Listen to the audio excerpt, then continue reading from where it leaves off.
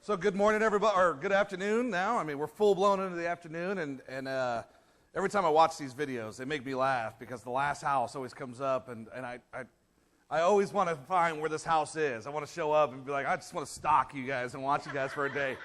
Because, you know, I get accused of showing up at people's houses and reading their diaries and stuff like that, so I just really want to do that one time to these people. I want to show up and be like, man, what's the secret here? And I think that this series is helping us discover kind of what that secret is. You know, we're in Matthew 5, and we're talking about the Beatitudes. And the Beatitudes are, you know, Jesus was talking to us, and he gives us this list of things. He goes, blessed are those who do this, and blessed are those who do that. 2 weeks ago, we talked about blessed are those who seek righteousness. Blessed are those who seek him, and they're seeking the righteousness of having that home. And really, since then, you can start seeing the changes in people's homes. You can start seeing now they have more devotionals. Now they're spending more time with their kids. Now they just have more stuff going on where they're spending quality time and having, you know, where there's less arguments, which is good, you know, and there's more interaction with children. It's great. It's one of these things is that you get to see people developing as we go through the series. It's really good. Last week we talked about purity, and we talked about being pure. Blessed are those who are pure. And we see that, and we go, well, what does that mean to be pure? And we talked about that last week. This week, we're diving in, and we're really talking about blessed are those who are the peacemakers. And we think about peacemakers, and we think about what does that really mean? What does that mean? And we're going to kind of dive into that a little bit today. We're going to dive into what a peacemaker is. You know, a lot of our homes, we have peacekeepers, not peacemakers. You know, peacekeeping is when you avoid issues, you skirt around them. They try and avoid conflict, but really peacemaking, a little soon for that one, but that's all right.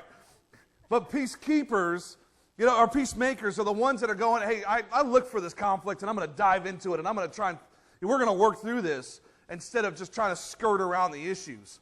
You know, really, as you think about it, most of us want peace in our home. We want that. We want our homes to be filled with peace and just, you know, we want to be able to come home from work, be able to put our feet up and just know that our house is just really comfortable. There's no arguments. We just go, I just want to relax and just enjoy life. We don't want to come home, and nobody ever goes, hey, I want to come home and I want to argue for the next 45 minutes as soon as I walk in the door. I really feel like fighting. I really feel like have my blood pressure go up through the roof. Or I really feel like driving my spouse into some sort of depression. That's what, you know, nobody ever goes and, hey, that's what I feel like doing today. But that's what happens all the time in our homes. All the time, the first thing we do, we walk in the house, we walk in and we see this laundry and we go, what's wrong with you? Why didn't you put the bloopity-bloop laundry away? What is wrong with you? Right as soon as we walk in the door, we become very accusing and it's like an attack mode. And what's the persons that you're attacking, they only have one option. Well, it's time to go on defense. It's time to put my guards up, and it's time for me to wait for my mood to attack. And we get to this point, you're like, you know, they really get to that point where like, hey, I'm getting ready to dive in and get into this.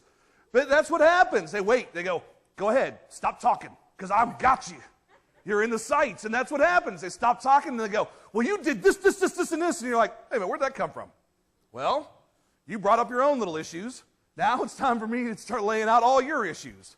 And it becomes a fight, and you start looking at it, and you go, wow, where did all this come from? And why did this just start over a pile of laundry? That's what it starts as. It starts with a pile of laundry. Or it starts with toys. Or it starts with angry children or angry in-laws. Or it starts with a psycho. You know, maybe you have one of those. Maybe a show of hands, and we're going to get some, because I'm going to tell you right now, in every family there is a psycho. There is one person that is just plain nuts. They want to fight all the time. All the time. So if your family, someplace in your family, it doesn't mean the guy that's sitting next to you or the girl that's sitting next to you, there's a psycho, and don't try and force their hand to be raised, you know, because, you know, all you got to do is by show of hands, how many of you guys know a psycho? It's part of your family. It's out there. Now, if your hand is not raised, every family has a psycho in it. I'm telling you right now. So if your hand didn't raise, you're probably the psycho. You know, that's probably what the deal is. We have We have these challenging family members. We do. We have all these things that we have that's just pure challenges. We look at it and go, man, what I got to deal. It's like I would go to Thanksgiving dinner except for I had to deal with my mom. That's how some of us are. We're like, I don't want to go deal with them. I don't want to deal with that person. We have challenging family members. I have 2 daughters. I have Aubrey and I have Haley. And the 2 of them are at war with each other. They are literally, it's like, oh, mom and dad are gone. It's time to start throwing hand grenades. It becomes one of these full-blown assaults at our house all the time. They start screaming, yelling at one another. It's like, what is going on? There's other times, though, when they play so amazing. You're like, man, are those my kids? Because they don't act like my kids. I mean, where do those kids come from? Did we rent these ones? I mean, what happened? And so they come in, and these kids act so great. And then they get in these points where, they act great right until something triggers. And it's usually my older one. It's usually what happens. And they start fighting. And they argue, or maybe even they have, I remember when they were even smaller, they would have these conflicts where they would wrestle with each other. Like, my youngest one would pin down my oldest one. She'd be pinning her down. She'd be like, I got you. And, it would be, this is a 2-year-old pinning down a 12-year-old. It was pretty amazing. You'd be like, what are you doing? And she'd be like, I don't want to hurt her. But they would fight and fight and fight. And then one would go, you hurt me. And then the other one, you hurt me. Let's do it again. Let's do it. They'd be right back into it. It's like, that's how our relationships are at home. We get with one another as husbands and wives. We go out and we go, all right, I'm going to come in here. I'm going to talk all kinds of mess about you. I'm going to come in and I'm going to give you all this dirty stuff. I'm going to treat you so bad. And then you're going to do the same to me. And then we're going to go, all right, let's do it again 2 weeks later. That's what we do. That's how our relationships are. We're like, all right, I love you, baby. And then 2 weeks later, it's right back to being in this pure conflict and this chaos. And we go, what is wrong with us? What is wrong as people? Why is it that we don't seek to go, let's end this chaos. Let's end what we're going through right here, right now. And that's really why Jesus comes out and goes, blessed are the peacemakers, not keepers. I almost said it. Blessed are the peacemakers. Now, when you hear this word peace, and you think about the word peace, now, peace in Greek is Irene. So when you hear, if you know somebody whose name is Irene, they're probably not very peaceful people for some reason. But that's what it is. Greek, peace, Irene. We're not going to really spend a whole lot of time on the Greek translation because it doesn't fit to what I want to talk about. But we're going to talk about, now you hear also, the other time that you'll hear peace is shalom. And you guys, if you hear, sometimes you'll hear Jewish people, sometimes you'll hear Muslims and they go shalom. And it's not that they say in peace, but that's what it means. You go back to the Hebrew, it's peace. That's what that word translates to. But really, it's more and it's deeper than that. When Jesus said peace, he didn't mean, hey, peace, see you later, check you out. He wasn't thinking about that. It was peace because I want better things for you. I want, when they send you on your way, that means good blessings, peace. I want better for you, the better, the good. I don't want it to just be the same. I want it to be better for you. And that's what peace is, because when we find peace in our home, it's better. When we have peace at home, we are happier. We are generally more loving. We are generally more compassionate towards one another. But it's when we have arguments and when we have all these different things, it's strife and it's anger, and it makes it to where we separate from one another. We get further and further and further away, and all of a sudden, the word divorce comes up. Or all of a sudden, hey, it's time for us to break up. Or all of a sudden, you're not the person I thought you were. You're not this, you're not that. And sometimes it happens after people have been married for 20 years. Sometimes it happens after people have been married for 6 weeks. They go, oh, you're really not the person I thought you were. But when we start and we go in and we go, hey, we want to be involved in a Christ-centered relationship, we start to find that we can get peace in our homes. We can find things where our lives come together. All of us are looking at it and go, I have different situations. And I have to, we look at it and go, yeah, what you're talking about is great. I do have a psycho and somebody, but he lives in Arkansas. But what about closer to home? Maybe you have a mom that is very controlling and telling you how to raise your kids. Maybe you look back and go, will you just shut up? I'm tired of it. I know how to raise my kids. You didn't do a very good job with me. Maybe you have that. I deal with that. That's a true statement. I deal with that. I deal with a mother who thinks that I don't know how to raise my children. You know, and so when you have that, you go, ooh, you get angry. That's not peaceful. It makes animosity. You know, it's when people go, you're not doing that right. Well, you yelling at me is not telling me that I'm doing it wrong. You're not telling me how to fix it. All you're telling me is that I'm not doing it right. Maybe you're a parent and your kids always fight. You know, some of you guys have that. I have that with my kids. My kids always fight. You leave them alone for a moment, and it breaks loose. It just does. It's like, woo, let's do this thing. Let's break some stuff. That's how it is. But sometimes it works as when they get even as they get older, they become teenagers, and especially you have a brother and sister. You know, if you have those two at home, and then it becomes an issue where they fight over everything. They literally fight over, I don't like who you're dating. Well, you're not dating him. Go away. You're not the one who's with him. I don't like this, and I don't like that. We all have this. Leave me alone. Let me do my thing. Let me learn from my own lessons. Maybe you're a teenager, and you feel that your parents are just like this grip on you, and they're very controlling. I look back at my child because I know that's what she's thinking right now. She's like, yep, that's exactly what I think. And because we want to be protective as parents, but as teenagers, we look at it and we go, we don't want to, I want freedom. I want to be able to go out. I want to be able to go to this. I want to be able to go do that. I certainly don't want to watch my little brother.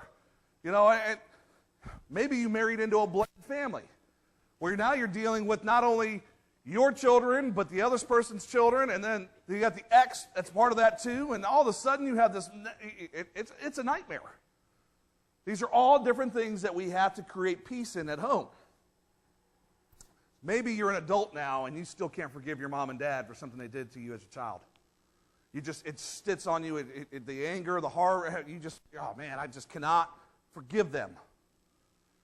We all have different things that we need to be able to work through. We all have different things that we need to get through our issues on, and we all have different things that we need to have peace made with it. And it tells us in Matthew 5:9, blessed are the peacemakers, for they will be called children of God. And it just doesn't mean the absence of trouble, because it's not. Our lives are going to have trouble in it. That's part of it. Jesus told us that too. He said, if you follow me, people are going to hate you. People are going to talk about you. People are going to try and belittle you. He's all, following me is a challenge. It's harder than anything else you're ever going to do. And if you're a Christian, you know that. You know that if you're following God, that it is the hardest thing to do because everybody around you wants to put you down. Everybody goes, oh, you're a Christian? Well, that means you hate this, or you're this or that, or whatever it is. It is not an easy walk. It is a very difficult walk. People are always trying to belittle us, try and put us down, or hold us to a standard that nobody's holding us to. They want to hold us to, oh, you must be perfect. Well, wait a minute here. No, I'm a sinner. I'm not perfect. But we get held to the standard, well, you must be, because you're a Christian. We all have these different things. It's going to be trouble. Sometimes we look at it, and the statement is shocking when we go, we want peace for people. We want peace. We hear the statement, an eye for an eye, a cheek for a cheek. What's our first reaction? When somebody hits us, the first thing to do is to swing back. I mean, that's a natural reaction to us. And when somebody swings at us, our natural reaction is to flinch, not to turn the cheek and go, okay, get this one too. It's not red yet. Can you take care of that for me? That's not what we do. What we do is we go out and we go, oh, defense. And that's the mode we get into. We get into this karate mode and we're going, all right, you done turned me on now, buddy. It's getting ready to go. Oh, you're getting hurt now. You don't know what you walked into, Junior. That's how we get. You just don't know. It's like, man, well, for me, everybody's Junior because I'm such a big ogre, and everybody's smaller than me.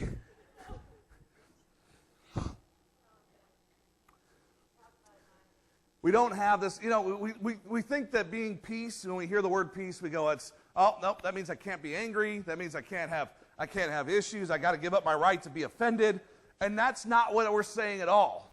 Jesus did those same very things. Jesus comes out and he gets angry and he's offended by money changers. And not only does he get upset and just start talking about and go, I'm angry and you didn't put away the laundry. No, he gets upset and starts flipping tables over. I mean, the guy, so that's always a reasonable, it's not really a reasonable response to the right anger. But, you look at it, and Jesus did it.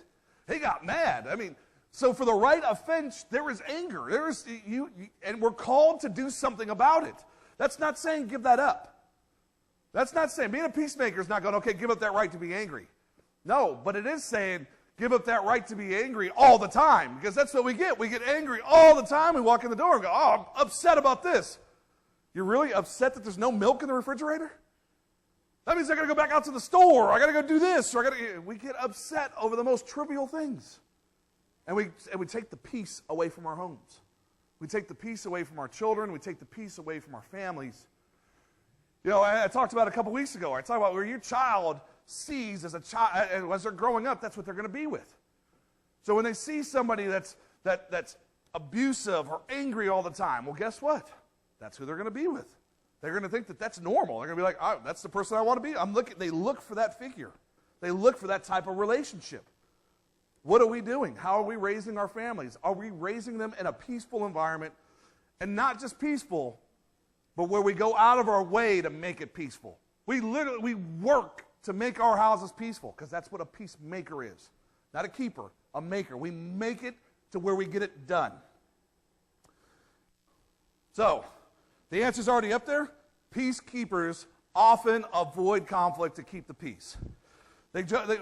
How can we get along? How can we sign this treaty? What can we do? If you think about a peacekeeper from a different country, you know, we send people from the UN, they go in, they avoid the major issues and they start tackling these minor ones. They go, oh, let me deal with this stuff on the outside before we work our ways in.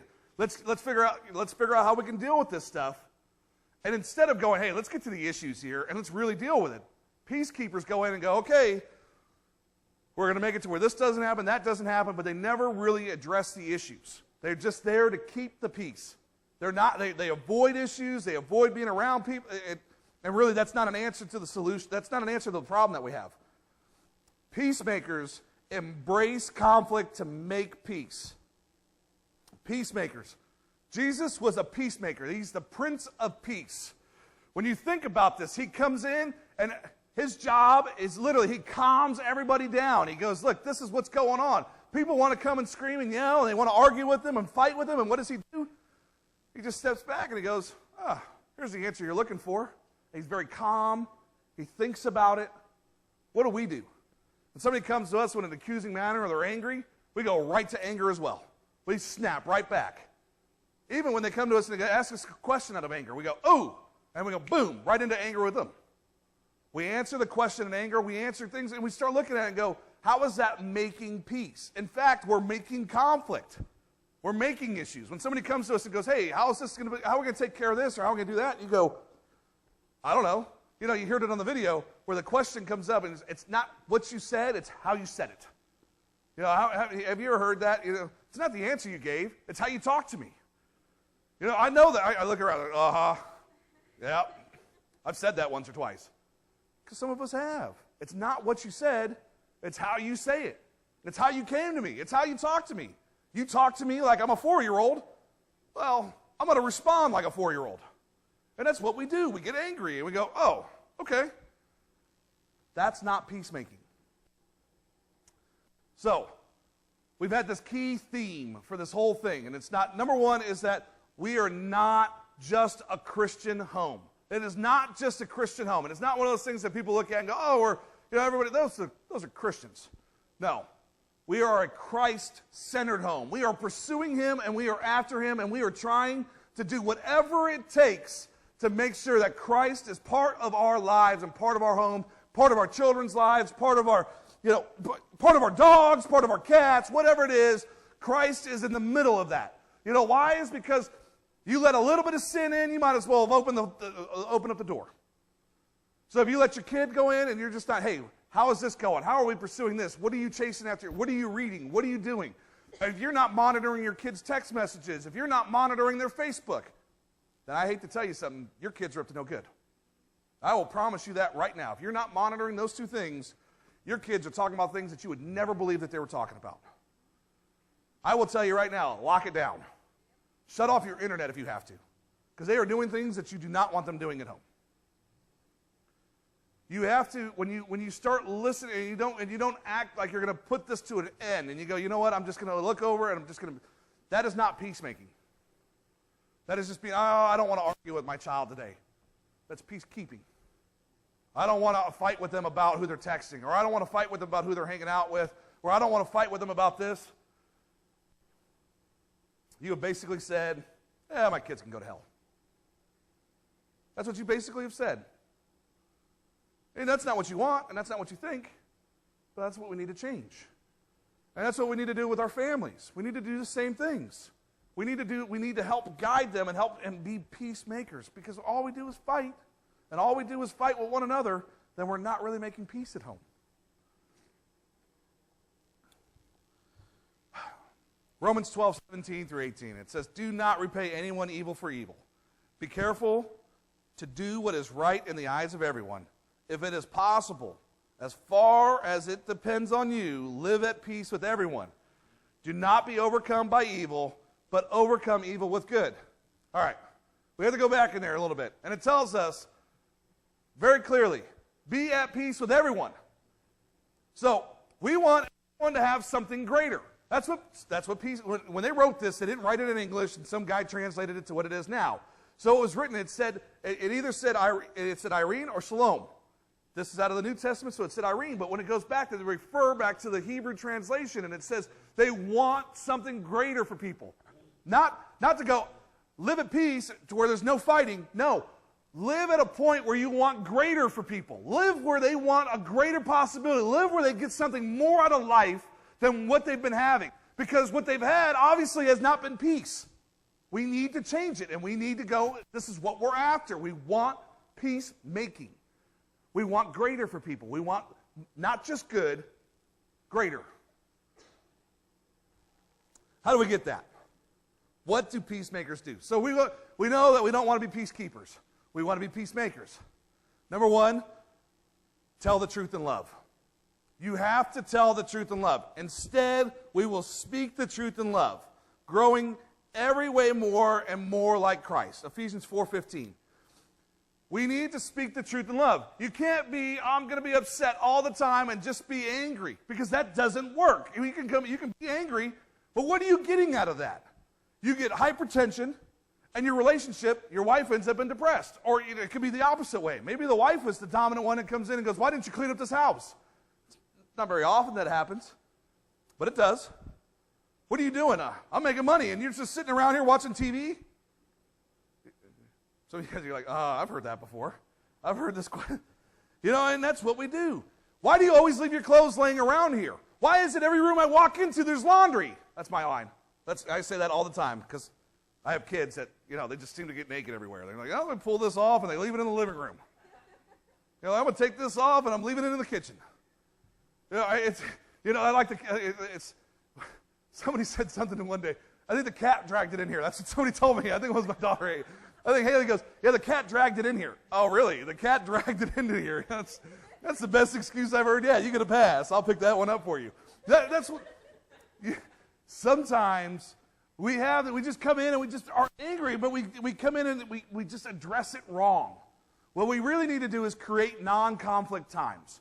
We know that when we first get home from work, that should be a non-conflict time. You shouldn't, as soon as somebody walks in the door, I hate you. That's just not a great time to say that. Give them 15 minutes. Let them walk in, let them sit down, and then you can break the bad news to them. Go, it's just, but you have to let them get in. There's nothing worse than opening the door into just pure chaos. Nobody wants that. We want to be able to walk the door, sit in, sit down, and then go, all right, lay it on me now. But when you first get home, that should be non-conflict time. There should be no conflict happening. It should be, hey, how you doing? I'll tell you what, the best thing when I walk in the door, if I'm here late, I go home at 9:15, 9:30, my son runs up to me. It's like, Daddy, he's excited to see me home. He's excited and he comes up, gives me a hug.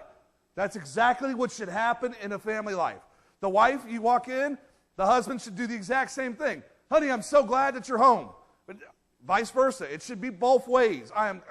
We should be ecstatic that we see our spouse. That's the person you married. You want to spend the rest of your life with them. Aren't you happy that they're home? Are you going to go, oh, you're here? Damn. I'll put it back on Bravo, I guess, or whatever it is. I mean, whatever, Bravo's not allowed in our house. Yes. But What are we doing? How is our response when people get home? Are we excited to see them, or are we like, ugh, really? You? Yes, they live with you. They're going to show up every once in a while. We should be excited about that. We should. It should be one of those times we're going, hey, I'm glad you're here.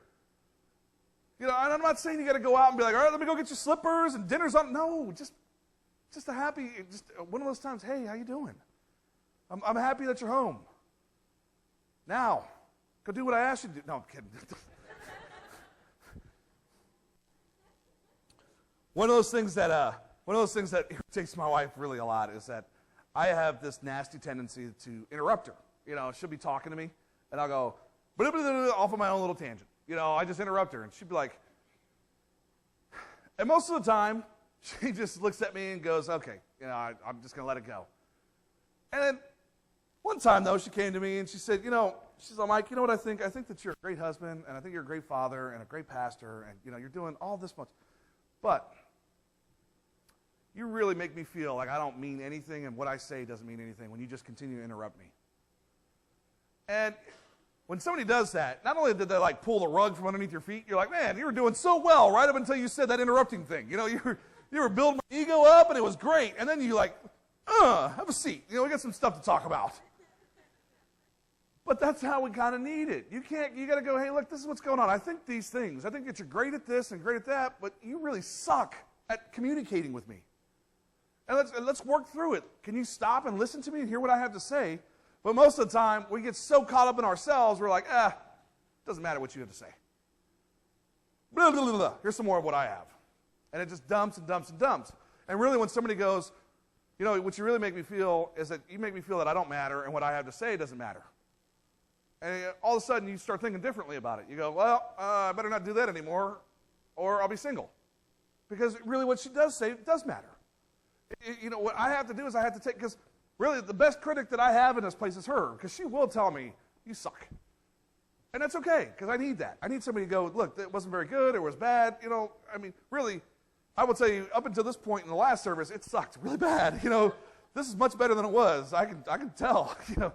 But if somebody doesn't tell me that, if somebody doesn't go, hey, look, it wasn't good, then I'll go back up here and I'm going to preach the same thing. It worked. That's how we make changes. It was good. The points were good. And somebody got something out of it. But really, you could have did this, this, this, and this and made different changes, and it could have been better. That's what we do. That's how we communicate with one another. She didn't go back there and go, it was wonderful. Go back up there and do the same thing again. No, that's just not how we should communicate with one another. We have to talk in love. We have to, you know, when you don't, you know, it's the statements. When you don't listen to me, you make me feel like you don't value me. When you raise your voice, I don't feel safe. You know, and I want you to know that.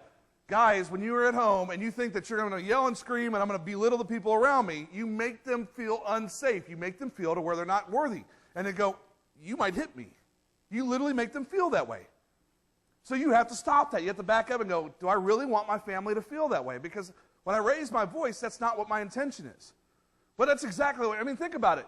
You guys ever had a child that you go, why did you do that? And all of a sudden they start crying because they think that you're getting ready to start tearing into them. That's what happens. That's what our children, and that's exactly what happens with our spouse. They feel the exact same way.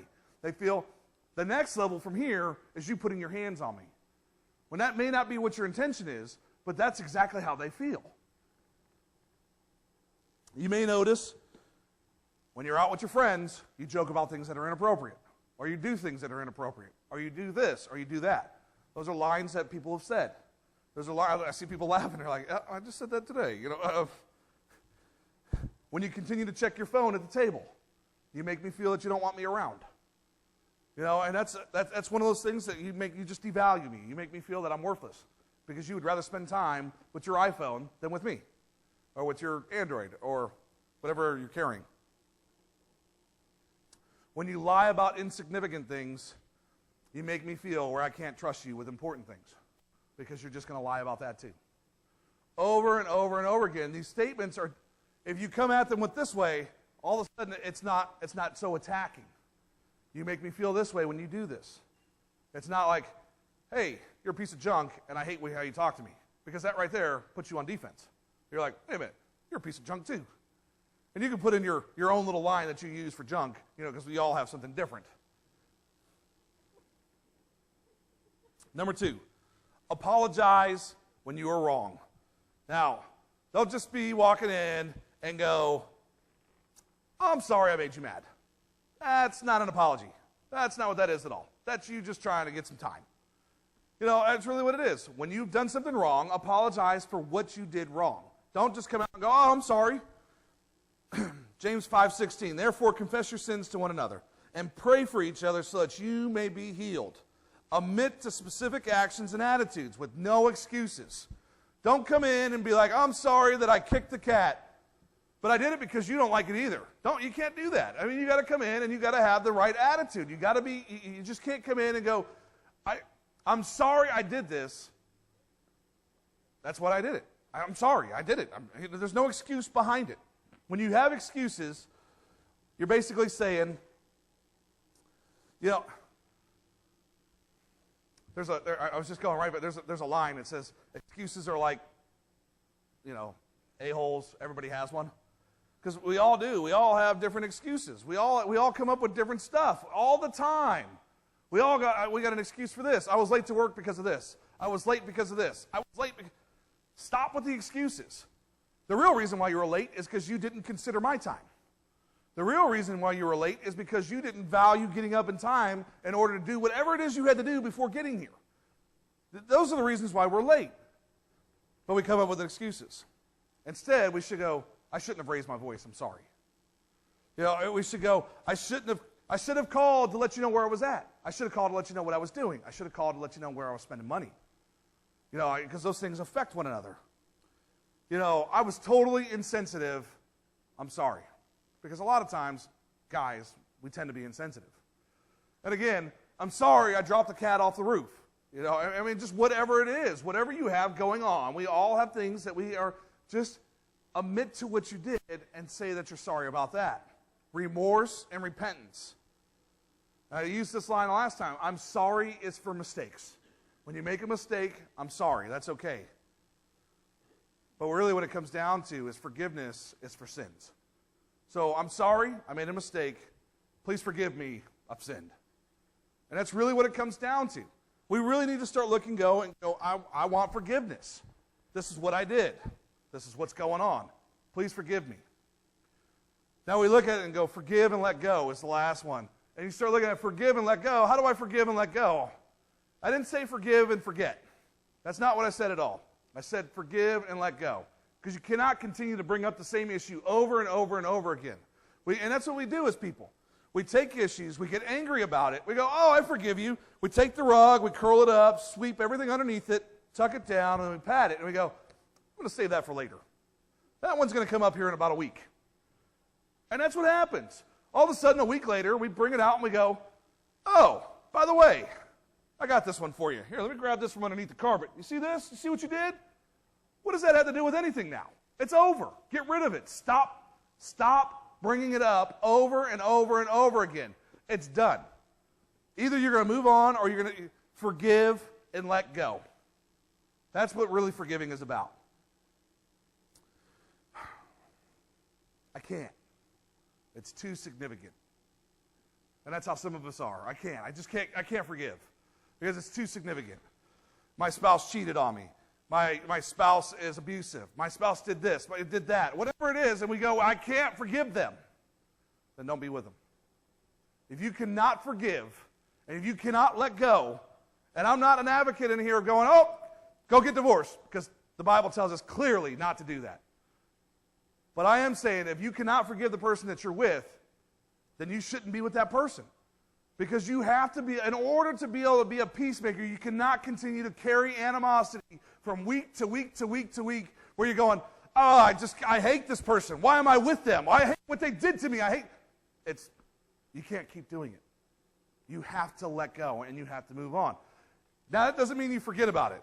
That doesn't mean, oh, well, I'm going to give up and I'm just going to, I forgive them and I'm going to let it go, but now I forget completely about what they did. And that doesn't mean that you don't put Find My iPhone on their phone to where you can track them down wherever they are. That doesn't mean that you don't add these different things.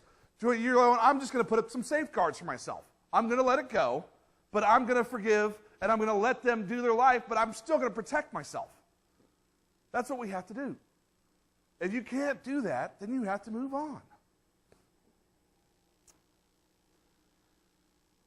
Bear with each other and forgive one another. If any of you has a grievance against someone, forgive as the Lord forgave you. That's Colossians 3:13. Now, when we do this and when we forgive and we help one another grow, here's what happens is that all of a sudden people can start seeing love. They can start seeing love in our relationships. They can start seeing how we're trying to make differences. So if we correct people in love, if we admit to our wrongs, and we forgive and let go, here's what happens is that alcoholics start overcoming addictions. Drug addicts start overcoming addictions. When people are hurt, they stop being depressed because they have people around them that are supporting them and lifting them up. Instead, what's the opposite is that when we go completely and we continue to bash them, all of a sudden we're going, by the way, I made you an appointment to go get your prescription for Prozac or for whatever it is, because that's literally what we drive people to do. We drive people into depression because we continue to belittle them over and over and over again about issues that happened years ago. Well, you did this. You need to forgive and let go and help me grow from that. Not hold it over me every week. Not hold it over me every 6 months. Help me grow from it. But instead, we continue to go, oh, no, I'm going to continue to belittle and continue to hold it over you. The next thing you have to do is you have to remember is that your family is worth it. Your family is worth going through and being a peacemaker. Guys, you know that in a healthy, loving environment, our kids get to grow up and they become such thriving members of our society that when you look at when they have, even maybe the home is broken, but when two people are loving on a child, and when two people are helping raise that child, and when two people are loving on them, all of a sudden, things change drastically in that house. The child ends up different. The child ends up being happier and ends up feeling loved and doesn't go looking for it in other places. They end up looking for it right where it belongs in their home.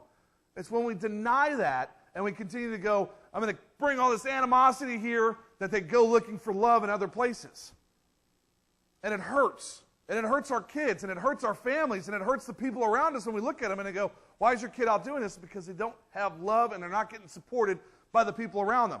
And so that means as a church here, we need to be a supporting family. And if you're in this building, you're part of our family. And as a family, we grow one another and we help each other through issues, not going, why are you doing this? Continue to put people down and looking down at them. We go, I'm sorry that you're there. Let me help you up. And we give a hand. And we go, let me bring you through this. But all the time, we walk into places and they go, oh, what are they wearing that? And why are they doing this? Or why are they doing that? Instead of going, hey, let me help. Let me help you get through this. Last service, for most of you guys who don't know, we're going through and we're in the process of starting our restoration project. So last service, the lady who we're looking at leasing the building sat through our service. She came in, she hung out, and she liked it. And she came in and she goes, if that's what being a part of a family and part of being a church is, then I want that. Now she's, 70-something? And when you look at that, you go, it's taken her, she's 88 years old, and she finally sees what it's like to be part of a church family. It's amazing that you can look and you can go, I want to help people grow, and I want to help people get through this and what we represent. Instead of going, you're not welcome here, and you're not welcome here, and I don't like what you do, and I don't like what you do. Let's be peacemakers, and let's go, I want you here, and I want to help you grow, and I want to help you get through whatever the situation is. But we put roadblocks up. We are all children of God. Each and every one of us in here, we are all children of God. You look like God. You were created in His image. We're all brothers and sisters. We are all, when you look around, we have distinguishing features, but guess what? We all carry the same the same thing. We were created in His image. We all look just like Him. And when we get to know Him and when we get to meet Him, we're all going to look just like Him. We're going to be in one of these, it's going to be like, man, what took so long? What took so long for us to get here and for really understand this and see you and see what you really are and see what love really is? But it starts here with us, and it starts with us being peacemakers. It starts with us because that's how we show love. When we're going to do whatever it takes to maintain peace and make it to where we are, I don't care what it, if we have to work at it, then we're going to do it. Because we're all children of God and we all deserve it. But I will tell you, you look more like God when you're forgiving than when you're sinning. You look, when you forgive, when you make peace, you look more like God.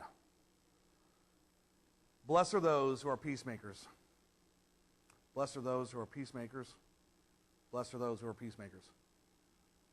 It doesn't say, blessed are those who are peacekeepers. Blessed are those who are peacemakers, for they will be called children of God.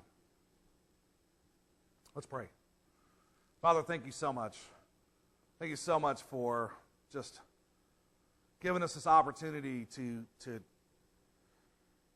create some awareness in our homes and in our relationships and how we treat one another and how we do things. And God, we just pray that you will guide us and you will help us get through the different issues that all of us have and how we communicate with one another and how we bring people through in our family and how we love on our family and just realize that our children are sponges and they see everything we do. And God, we just pray that you give us the courage to love like you do and to address situations like you do and to just go, look, I don't like this, and this is what happens when instead of coming in and fighting over nothing sometimes. God, give us the courage to follow your footsteps. We know the road is hard, we know that it's tough, and we just ask that you to continue to guiding us, even when we're being persecuted, even when people look down at us, even when people talk about us. God, just continue to help us grow, to help us love, and to help us be more like your Son. And all this we pray in your Son, Jesus' name. Amen.